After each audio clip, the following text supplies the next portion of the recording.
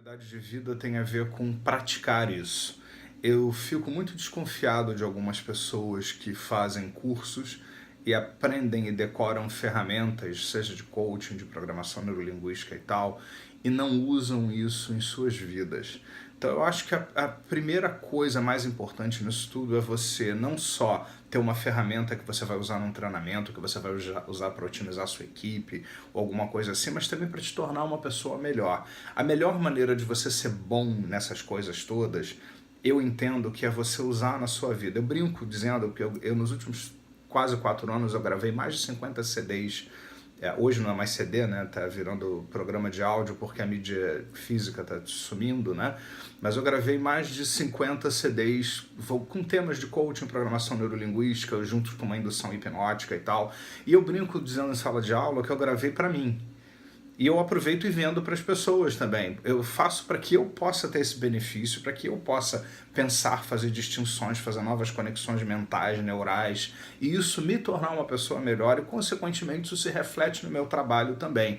Então, eu acho que a formação em coaching ela é muito importante para todas as pessoas, independente de você querer ou não ser um profissional de coaching. Eu tenho, nas minhas formações em coaching que eu ministro, pessoas que não têm a pretensão também de se tornar coaches, propriamente dito, mas são gestores, vendedores, pessoas que trabalham com equipes e tal. Então eu acho que, independente de você querer ser um profissional, a manipulação, o conhecimento desse tipo de trabalho e principalmente o uso consigo próprio são fundamentais, porque na hora que você for lidar com pessoas, você não vai estar lidando com alguma coisa estranha, você não vai estar lidando com alguma coisa diferente, você vai estar lidando com quem você é.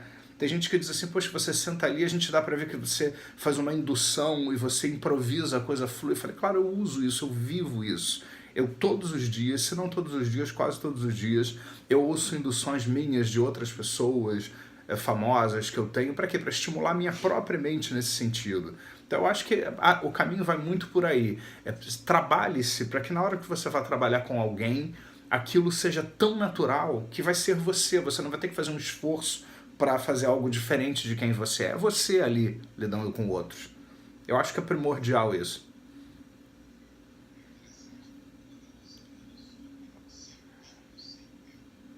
Respondendo a sua pergunta e pegando um pedaço do que você disse sobre tornar-se uma pessoa melhor, justamente a programação neurolinguística nos dá a responsabilidade de agir sobre a vida de outra forma. Se você analisar a palavra responsabilidade, você vai ver que responsabilidade significa habilidade para responder.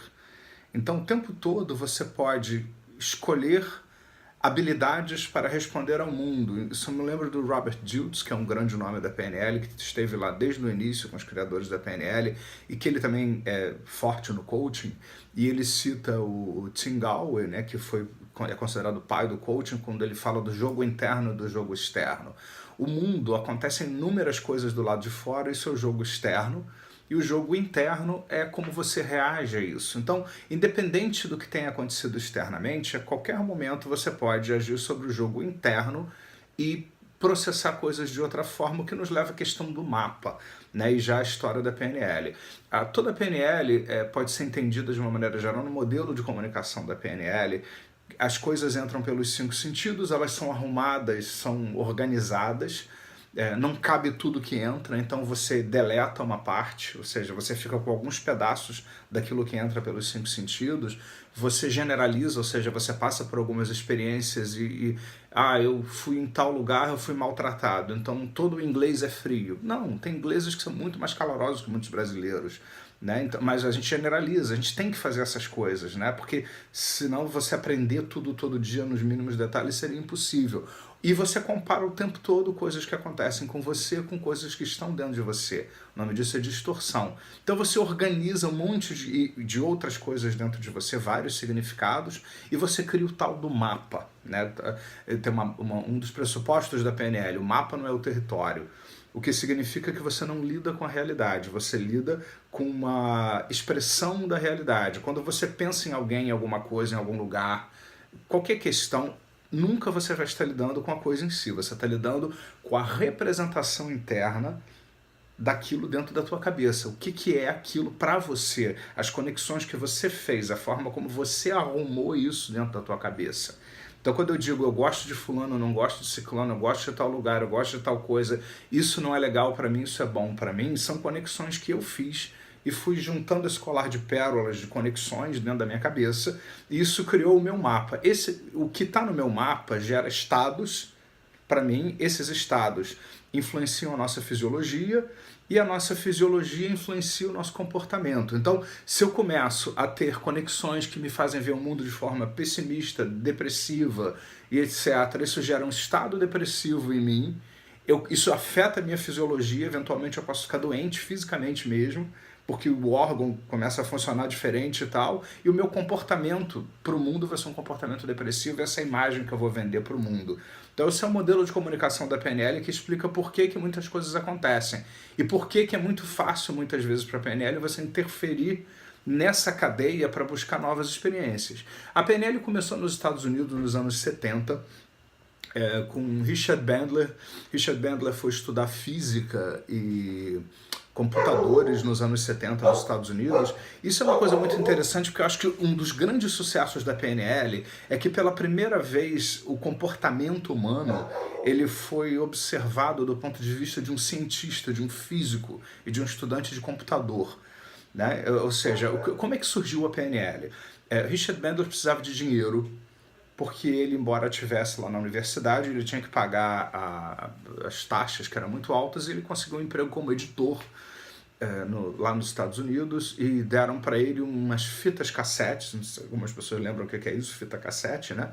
E aí ele tinha gravações do Fritz Perls, que foi um grande terapeuta da época, um gestalt terapeuta, e o Fritz Perls ele tinha uma habilidade incrível de fazer perguntas que botavam as pessoas para pensar. Ele conseguia fazer as perguntas bem pontuais e as pessoas ficavam chocadas diante dessas perguntas. E vinham pessoas do mundo inteiro estudar Fritz Perls e todo mundo tentava, como se faz no ensino tradicional, entender essas coisas do ponto de vista teórico. Qual é a teoria por trás da Gestalt? Qual é a teoria? Quais são os modelos, etc. e tal. Richard Bandler começou a ficar curioso com a forma como Fritz Perls fazia essas perguntas. Ou seja, como é que ele faz essas perguntas? Como ele usa a voz dele? Né? Então, ele ao invés dele se preocupar com os porquês, ele começou a ir na direção do como. Como ele faz isso? E assim aconteceu com outros terapeutas. Ele conheceu Virginia Satir, que era uma excelente terapeuta familiar. Ela conseguia em minutos, em horas, mudar toda uma família. Uma vez ela fez na Argentina uma terapia familiar com milhares de famílias no estádio de futebol e saiu todo mundo mudado para melhor, assim. Ela tinha esse dom. E Virginia Satir, Paulo, era mais dramático ainda, porque quando alguém pedia para Virginia Satir explicar o que ela fazia, ela não sabia explicar. Ela tentava e ninguém entendia nada. Nem ela sabia explicar o que ela fazia, era muito intuitivo. Né? Ela tem lá é muito natural, todo mundo dizia, puxa, ela é brilhante, mas ninguém pode aprender isso, porque ela é tão intuitiva, nem ela mesma sabe explicar.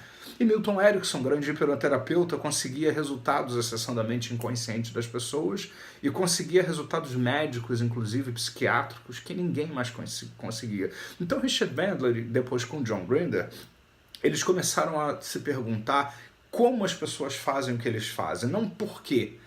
Até outras pessoas estudaram Milton Erickson, como Jay Healy e outros, e tem lá um monte de teorias, só que ninguém conseguiu o que Richard Bandler e John Grinder conseguiram, que é modelar o que essas pessoas faziam, sem se preocupar muito com por que elas fazem o que elas fazem, com a teoria que explica, né? Mas como elas fazem.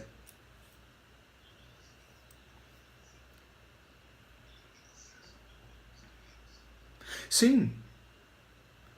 Porque na verdade eles eram muito bem relacionados, né? Na verdade, eles fizeram um bom trabalho com Fritz Perls e teve uma outra pessoa muito importante também, que era um antropólogo, que fez essas conexões todas, Gregory Bateson, que é considerado um dos avós da PNL, um antropólogo muito famoso, que morava, ele era vizinho do Richard Bandler, né? E ele que apresentou o Milton Erickson e disse, vocês têm que ir lá, porque ele viu a genialidade do trabalho que eles estavam fazendo. E Milton Erickson, inclusive, escreveu lá no livro que eles escreveram, ele fez o prefácio do Padrões Hipnóticos de Milton Erickson, que Bandler e Grinder escreveram. Milton Erickson disse, essas pessoas conseguiram identificar o que eu fazia que nem eu mesmo sabia que eu fazia. Né? Então, na verdade, a PNL começou como um projeto de modelagem, ou seja, modelar essa excelência, modelar o que esses grandes terapeutas faziam, porque eles tinham resultados dramaticamente superiores a todos os outros de sua época. Eles conseguiam resultados incríveis. E quando eles começaram a pegar o que eles faziam e reproduzir em outras pessoas, sem se preocupar com teorias, o que estava por trás, eles começaram a obter os mesmos resultados. Tanto que a PNL existiu durante uns 5 anos sem um nome, não havia o nome PNL. O nome veio mais em 1974, 75, quando eles fizeram o primeiro livro PNL1, que aí já entrou Robert Dilts participando também, Judith Delosier e outros, quando eles deram um nome para isso, porque no início eles chamavam grupos de Gestalt e outras coisas assim. E aí a PNL continuou e nunca mais parou com esse espírito de modelar a excelência, ou seja, o que as pessoas fazem, como elas fazem, o que elas fazem. Por exemplo, uma das técnicas mais famosas da PNL, a técnica da cura de fobia, que realmente é incrível. Você, em meia sessão, se você não for muito rápido, em meia sessão você cura a fobia de uma pessoa. Né? Então eles pegaram várias pessoas que se curaram espontaneamente de fobias e identificaram o que eles fizeram sozinhos para se curar da fobia. E aí começaram a pegar essa técnica e esses vários pedaços e criaram uma técnica com tudo isso junto, que várias pessoas fizeram, e nasceu a técnica da cura de fobias, né, que é um grande sucesso na PNL. E realmente eu nunca teve nenhuma vez que eu tenha usado essa técnica que eu não tivesse feito a pessoa sair da crise da fobia. Se não curar em uma única sessão, se não numa única sessão, a gente tirava a pessoa em uma sessão da história e depois fazia alguns outros trabalhos de coaching adicionais e tal. Então assim começou a PNL, assim ela se desenvolveu e a PNL influenciou todo o mundo de uma maneira geral, porque a coisa foi tão dramática que mudou para sempre todo o cenário sobre trabalhar com pessoas, lidar com pessoas, fazer treinamentos. Então tudo que se vê hoje em treinamentos de venda, em autoajuda, tem uma raiz na PNL. A PNL está completando uns 50 anos mais ou menos agora. Tá em torno de 50 anos de existência, mais ou menos. Então, nesses 50 anos, ela influenciou tudo. Por isso que muitas pessoas hoje que trabalham com coaching, que trabalham com treinamentos, de repente descobrem que tem alguma coisa que elas aprenderam como técnica de treinamento, técnica de dinâmica de grupo e tal, que tem uma raizinha lá na PNL. Porque a PNL saiu influenciando e mudando tudo. Por isso surgiu o coaching depois. Surgiu vários treinamentos específicos, surgiu autoajuda, de uma maneira geral.